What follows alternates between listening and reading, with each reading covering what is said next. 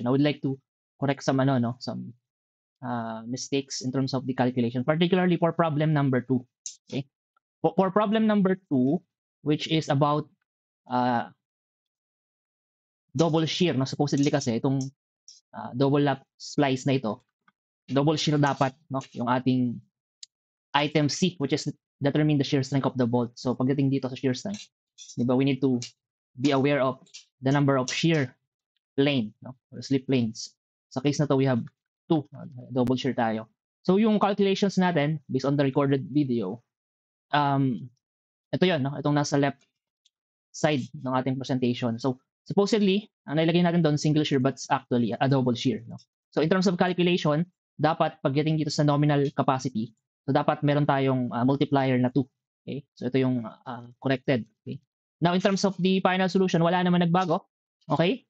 Somehow I think yung student na nagbigay ng solution is he or she already multiplied by 2. Okay? So parehas lang. Okay?